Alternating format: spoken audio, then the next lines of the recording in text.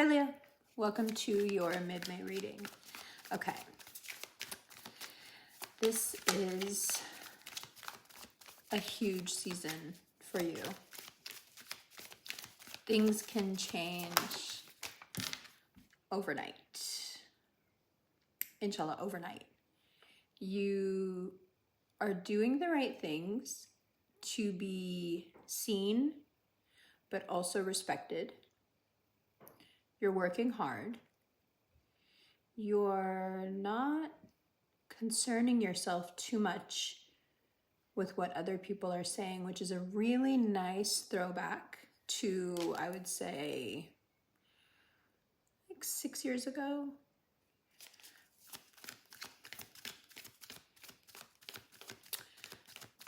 People may have doubted you. They may have been insufferable with you for the past few years. Oh, they can just see your downfall now. Oh, you know, that person, they should have just listened to me. We tried to tell them it's not that easy. But I think you were gathering up everything you needed and holding it and studying it and mulling it over in your mind for years, waiting for now, because now is the right time.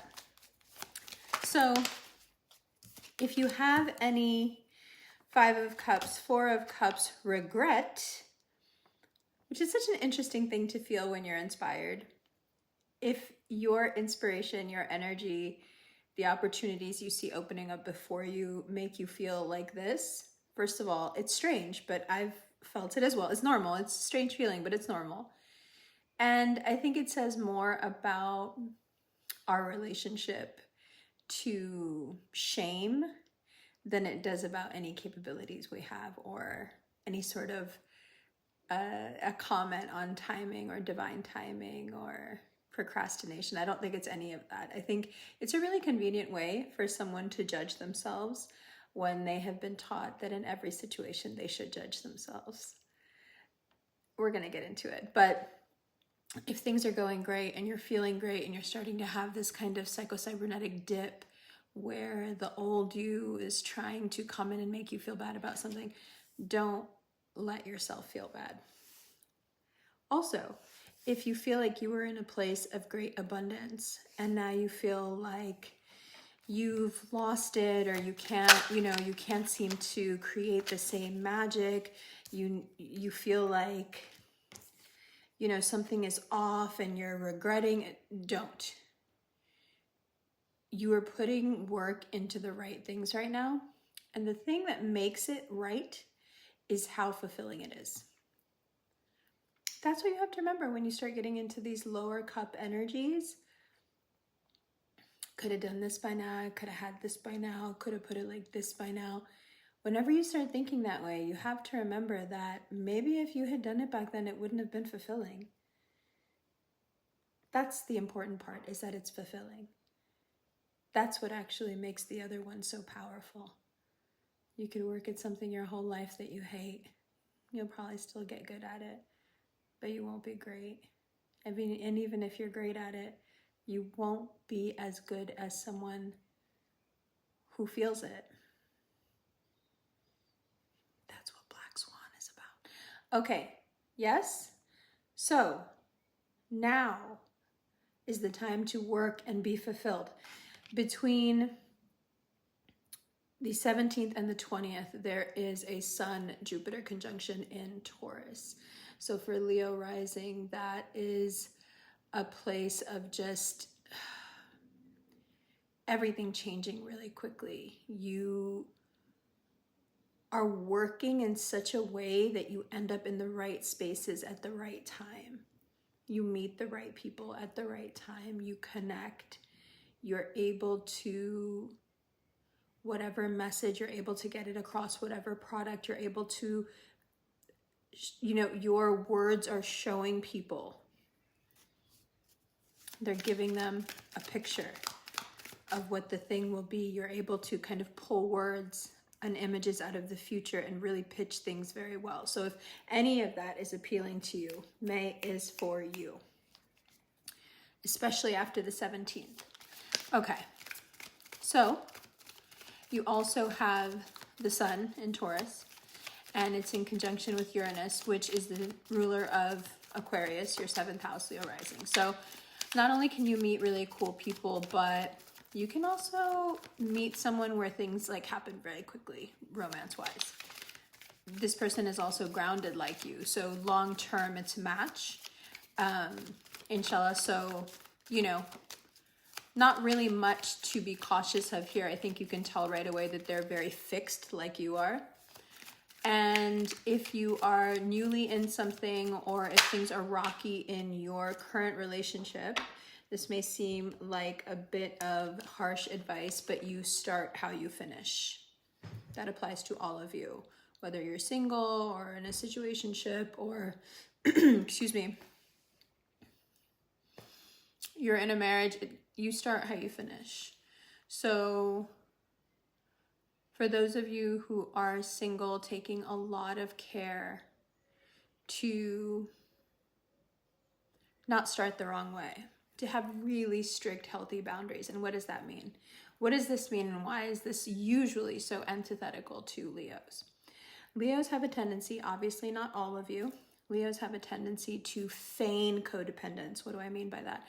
You're not really codependent, but you will tolerate bad behavior long enough that the other person thinks you are codependent, and they can just kind of do whatever they want because you're going to deal with it. And then it's this moment of truth where you let them in on who you really are. There have been videos about this in the past, the claws and the teeth, right? So as long as you're giving them, I'm a cuddly furry animal, I'm so cute, I'm so pretty, but like I'm allowing it, I'm allowing it, I'm allowing it. That's a really strange combination, right? So they're like, oh, I really got this bitch. Hypothetical, not you. And then you show them who you really are. And sometimes they guess right. Sometimes they realize that you were just feigning codependence for the plot.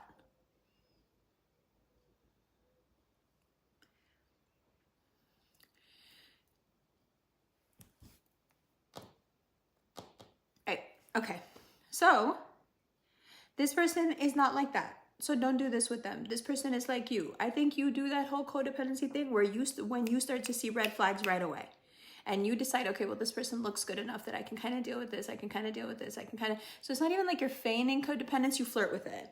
You do a little dance with it. And then you ultimately are like, no, I love myself too much. I hate this. Rawr. And then people are like, oh my God, what happened? You were so nice a minute ago. Can't believe you did this to me. Never thought you would leave. Okay. So don't do it for the plot, please. It's underlined.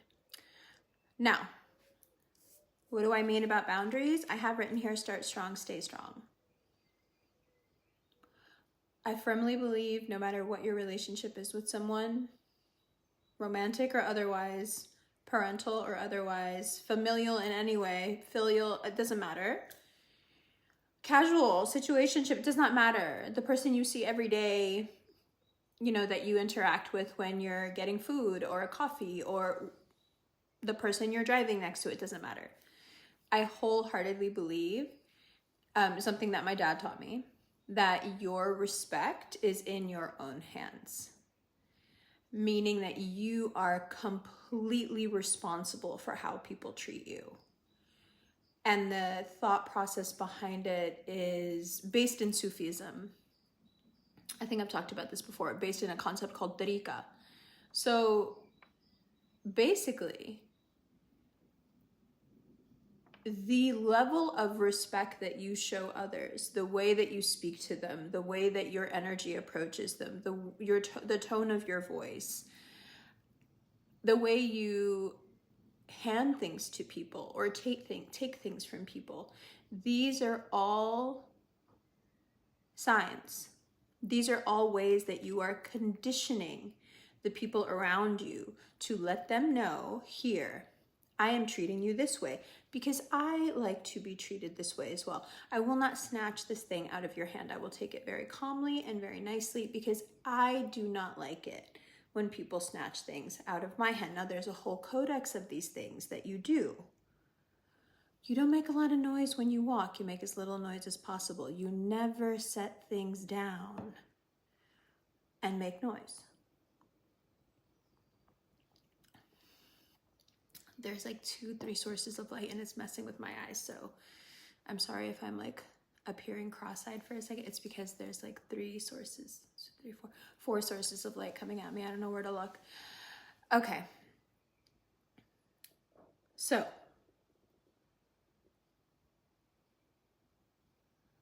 these boundaries, you are going to teach, and it doesn't matter, oh, you've known the person forever, so it's too late now. No. This is something you can start today.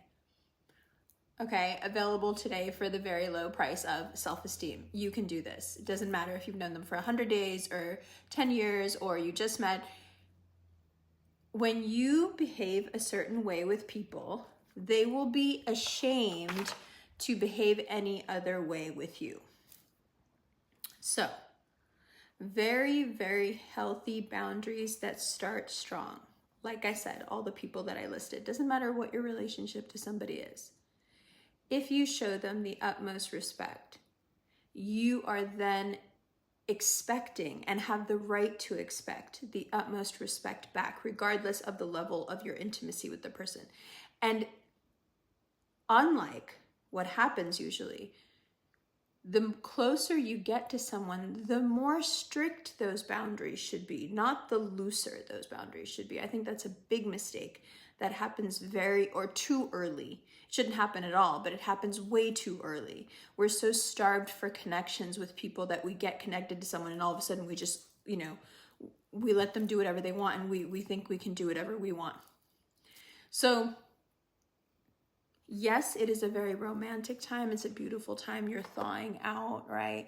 The sun is coming back around. It's a beautiful time. Soon the sun is going to be in your 12th house. The sun will be in Cancer, and that will be, deeply introspective for you. It's already Leo prep is what I'm trying to say. So this is the part of the Leo prep where you get like all the cute stuff out of the way, right? So things are unexpected, but they're all very welcome, positive things. Alhamdulillah. So we love that. Now, when it comes to Leos who are in relationships, you are also coming across unexpected changes, but they're all really fun.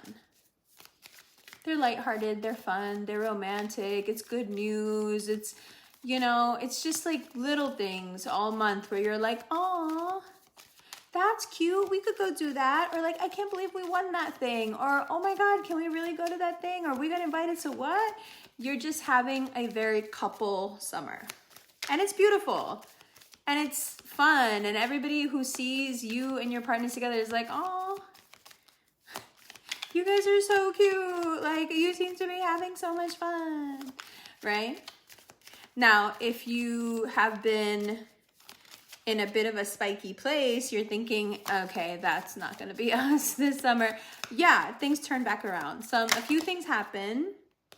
I think they might be, related to some like deep truths coming out. A few things happen where you have to be a little bit calm. You may have to let this person tell you some truths, or you may have to come clean about some lying. But you twine back together. And it's okay. And you figure it out. And you're able to see past whatever they're telling you that they think is so horrible, and they think you're going to think it's so horrible, but like you're able to deal with it, which is beautiful. So even you guys are fine. There's harmony, there's fun, there's laughs, there's peace, there's rest, And the only thing you have to do to keep this train going all summer, even past your birthday, the only thing you have to do is not get stuck in that moment where your anger and your rage is like that button is pushed and like some switch is flipped. And then you like get stuck in that moment and you can't get out until you have an outburst. If you can just control that moment, where you get like really petty and small almost, even if you think you have a point, if you could just stay out of that moment all May, everything else works for your favor. And the reason you should stay out of that moment, and the way I have it written here, bitch, look at this. What I have written here, take a look at these cards. That's the Sagittarius card, that's the Ace of Pentacles, that's the Gemini card, and that's the Libra card. So arguably the three most social of the entire zodiac, okay? What does it say here? The King of the Jungle needs allies too. You know what was wrong with Shere Khan in the Jungle Book? He didn't have any friends. All he had was those lackey jackals who were just there to feed off of his scraps and give him a big head so they could keep feeding off of his scraps. That's what happens when you don't let real people around you. You can't be the only real person in your crew. You can't in moments where you get stuck in anger over some shit that you are thinking. You can't expect the people around you to deal with that and feel like you're equal and stick around. If you want them to feel like you're equal and stick around, you can't hold them in those moments where you get stuck over some shit and your stubbornness and your anger and you lose it and you're acting like this. You can't expect them to be there for that. You need allies too. You have to not do that. And I know it's like talking to a cat. I know it's very difficult for you guys that somebody's telling you, and I get it, okay? Vedic Leo moon, I'm not crazy about saying it. So I'm saying it to myself as well. But you can't be the only real person you know. And the thing with real people, this Libra, this Gemini, this Sagittarius, the energy that they all represent is the energy of connectivity. Sagittarius connects with the future. Gemini connects with the nerve itself. It is the nerve. It is the nerve of information connecting all information. And Libra connects people.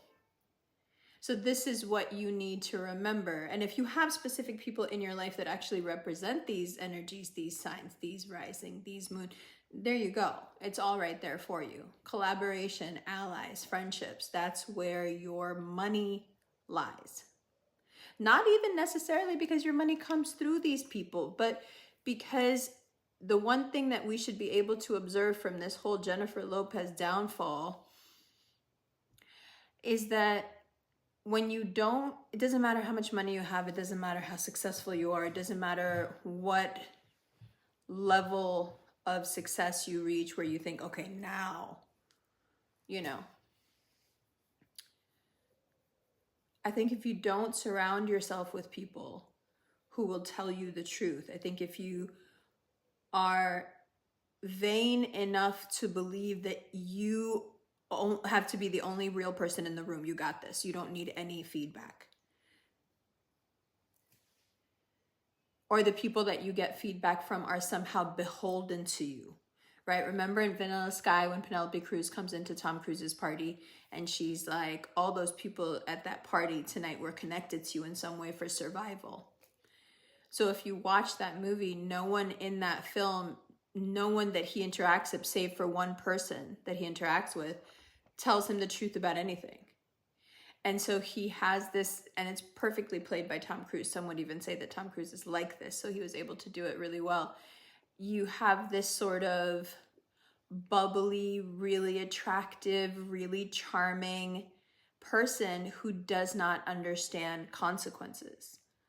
And so when, that's what the whole movie is about, the idea of a person like that having to face consequences. And so when the consequences finally hit him, they're dire. And some would say, in J-Lo's case, that's the same thing that's happened, is that when you don't have anyone around you who is an actual honest feedback loop for you, or, you know, like a really honest sounding board, so you can throw things at them and they're like, if you don't have people around you who can very honestly, very quickly look at you and say, no, not that idea, not that person, not that thing, don't act like that. If you don't have that, it's much, much harder right now to tap into all this good luck when it comes to money. So let me make this a little bit clearer. Why is that? So the 10th house of career, Leo rising, that's Taurus. So Taurus is like on fire right now. You have Uranus there, Mercury, Venus, the sun, Jupiter. Money's on your mind. Money's on your mind. Money's what you're worried about. You have this urge.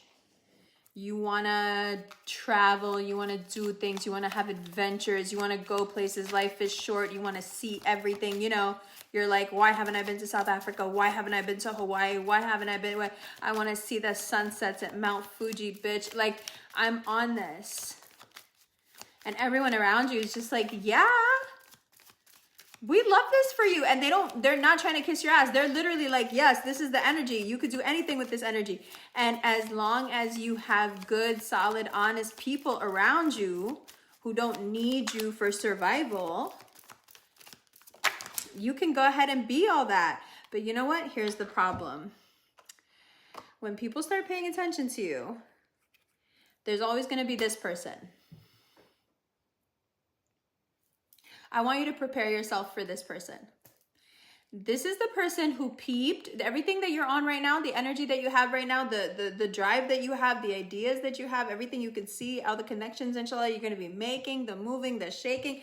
This person saw it coming years before you did in some cases. They knew you were going to do it. And they are so bent out of shape right now. Ooh. You know who they are. You haven't been able to trust them in the past. This is not some big revelation.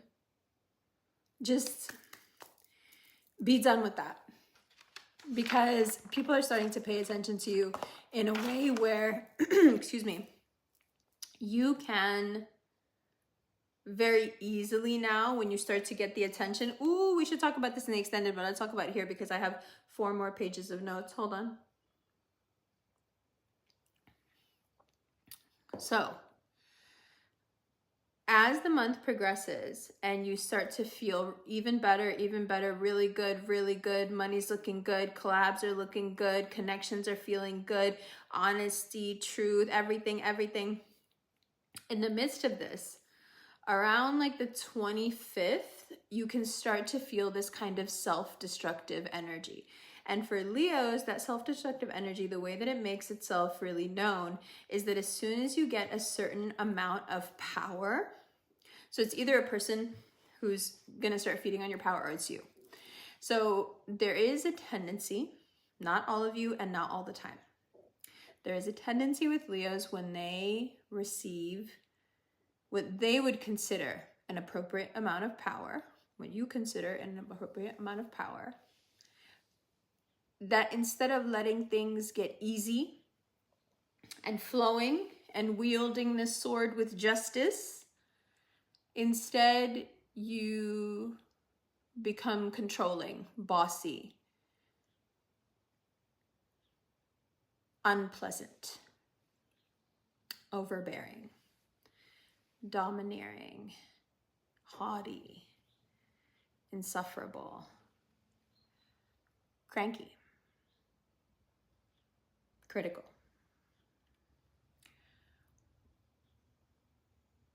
Don't do that. Okay? Don't do that. You know why? You know what the most important reason is for not doing that? This is a reading of dreams. You have a very good reason, especially if you have Scorpio or Cancer in your chart. You have a very, like big 3, you have a very good reason right now for stacking this money. Very good reason. You have very good reason to use that Ace of Swords and not let yourself take power from other people and just be comfortable with being the leader and not feel the need to micromanage and just let it be. You have reason to up your game, reinvent yourself, and get this fucking chariot roaring. You have every reason. You have a very, very good reason. Whatever it is, it means a lot to you. That is what's going to make all the difference. In a time of great luck, when people are starting to discount you, in a time where you're emerging from being doubted in many, I have like a little makeup hair or something's driving me crazy. In a time where, in a time where you have been doubted in many ways and recovered, coming out of a time where there has been, like we've said before, some real painful lessons in your past, especially romantic ones, for you to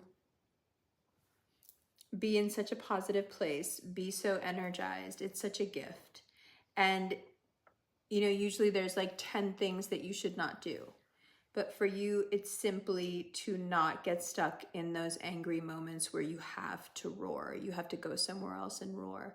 If you just don't do that, everything else falls into place and makes sense. And if you're thinking, well, I'm not going to stop being who I am and I have to say what I want to say when I want to say it because that's who I am, and that's, I'm going to say something a little bit controversial. You need to grow up a little bit. You can make a lot of money right now and you can make a lot of connections, and in the world of business, this shit doesn't fly. And you can come up, we're smart. You can come up with much more constructive and calm ways to say exactly what you want and be even more effective than roaring at people. So I'm not buying that either. You deserve it and you owe it to yourself to discipline yourself, to not give into those moments, to not indulge yourself, so you can actually fulfill all of these dreams in your head and all of these things that you have always wanted to do, but maybe you didn't think you could do. In the extended, we're talking about being not in fight and not in flight, but in freeze. And how we get there, if it when it happens, how it happens. What should you do if it starts to happen to you in May? What should you do if you're starting to realize, for most of us, it's that realizing in May that we've been in freeze. We'll talk about that. It's extensive, so I don't want to talk about it now because it's getting too long. So we'll talk about that in the extended, and then we also have even more, if you can believe it, on career and money with mental and physical health. And then for some reason, the general thoughts are like 4 paragraphs. Apparently, I felt the need to lecture you. Ha ha ha. All right, I love you. This is a phenomenal reading. I expect nothing less, but I see a lot of effort starting to pay off, and that's got to feel good. Let yourself feel good. Let yourself be happy. It's okay to have things work out once in a while. You got to retrain yourself from that learned behavior. It doesn't always end up getting fucked up. The other shoe is not always going to drop. But we'll talk about that in the extended. I love you. That extended is available below as a subscriber on Patreon, on Vimeo, or as a PayPal link where you just get the video in your inbox. There's also a link below for personal readings that look like this. Okay, love you.